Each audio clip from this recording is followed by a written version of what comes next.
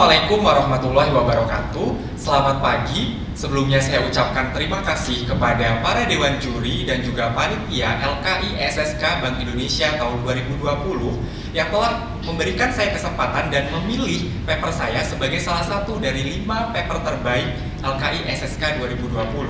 Baik, pada kesempatan kali ini saya akan memaparkan presentasi saya yang berjudul Does Fintech Lending Disrupt Banking in Analysis in the Perspective of Switching Intention Among Millennial Banking Customers in Indonesia. Baik, sebelum saya memaparkan presentasi saya, izinkan saya memperkenalkan diri. Nama saya Muhammad Anif Afandi, saya merupakan alumni dari Sekolah Kajian Strategik dan Global Universitas Indonesia. Revolusi Industri 4.0 ini telah memunculkan fenomena yang disebut sebagai disruption. Disruption bisa diartikan sebagai fenomena yang memunculkan sebuah kebaruan akibat hadirnya masa depan ke masa kini yang mendisrupsi sesuatu yang telah berjalan secara normal. Salah satu bentuk kebaruan dari adanya disruption tersebut memunculkan industri yang disebut sebagai new entrants yang mendisrupsi model bisnis incumbent-nya. Dalam konteks penelitian ini adalah munculnya fintech lending yang mendisrupsi perbankan tradisional.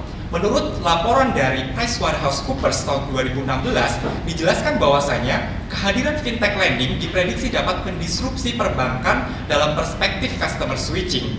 Keunggulan fintech lending yang dinilai lebih mampu menjangkau nasabah perbankan secara lebih luas diprediksi dapat menurunkan pendapatan perbankan 10 sampai dengan 40% pada tahun 2025.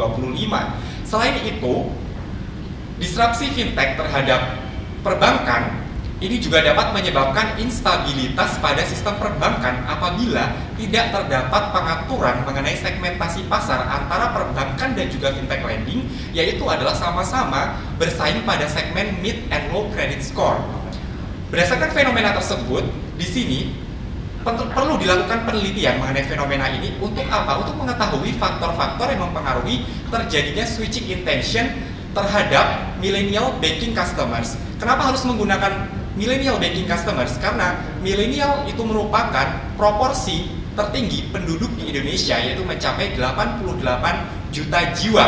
Penelitian ini menggunakan push-pull mooring yang dikembangkan oleh Bansal et al. Tahun 2005 sebagai research base dan menggunakan structural equation modeling sebagai teknik analisis data. Berdasarkan pengujian dari structural equation modeling dapat disimpulkan bahwa pada perspektif push effect, nasabah perbankan kategori milenial mengakui bahwasanya layanan perbankan ini memiliki beberapa kelemahan dibandingkan dengan layanan fintech lending, khususnya dalam aspek pricing problem, processing problem, dan service quality.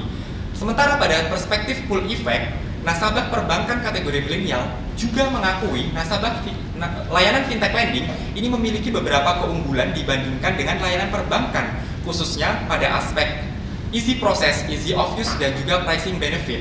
Meskipun demikian, hal tersebut tidak menyebabkan nasabah perbankan kategori milenial serta-merta berpindah pada layanan pembiayaan fintech lending karena dihambat oleh mooring factors yang terdiri dari faktor security, service product, dan reputation pada layanan fintech lending.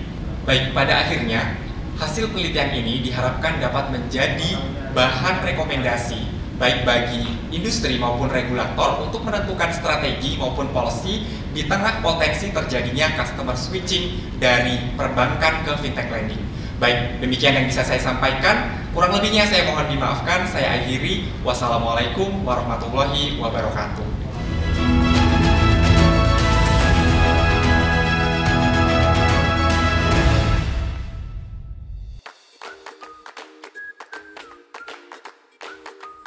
Jadi secara umum kami melihat penelitian ini memiliki konsistensi yang tinggi, kemudian topiknya juga kekinian, serta memberikan gambaran, walaupun harus diakui ini merupakan gambaran awal dari fintech versus banking, yang modern versus yang klasik. Saran dari saya paling baik adalah untuk menambahkan jumlah responden agar didapatkan konsistensi hasil penelitian yang lebih kuat lagi.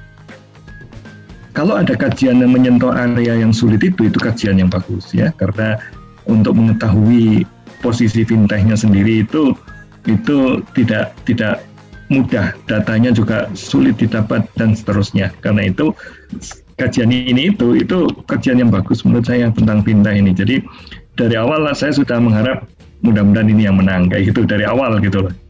Ya, jadi saya agak memberikan bobot yang tinggi terhadap hal-hal yang inovatif seperti ini. Ya, tapi memang karena ini hal baru dan dia baru mulai, tentu ada hal-hal yang bisa diperbaiki. Topik yang diangkat itu sangat up to date. Paling tidak ada 2 aspek di situ yang menarik perhatian pembaca, khususnya saya, yaitu ada fintech dan milenial. Kalau seandainya kita bisa mengakses data dari fintech itu sendiri, maka kita bisa ambil big data dan itu akan sangat bagus sekali. Tetapi itu masih sangat sulit kita dapatkan, sehingga pendekatan yang saat ini dilakukan menggunakan kuesioner ya kepada 200 lebih responden itu sudah cukup bagus sekali, dan itu tentu saja dilakukan ya dengan usaha yang tidak mudah sebenarnya. Ya, apalagi di era pandemik seperti ini. Nah, jadi selama itu bisa dijamin ya untuk perbaikannya ke depan, kalau seandainya filtering dilakukan dengan lebih hati-hati lagi ya, maka sebenarnya paper ini akan menjadi jauh lebih bagus lagi. Dari sisi metode, saya lihat juga penulis sudah bisa melakukan metodenya dengan cukup hati-hati, dengan menjaga ya semua alur dan aturan ya yang harus dipenuhi itu juga sudah dipenuhi ya, dan juga penarikan kesimpulan dilakukan dengan cukup baik sekali ya. Jika kita lihat secara umum memang paper ini layak ya untuk dijadikan pemenang ya, namun demikian tadi masih ada beberapa hal yang bisa diimprove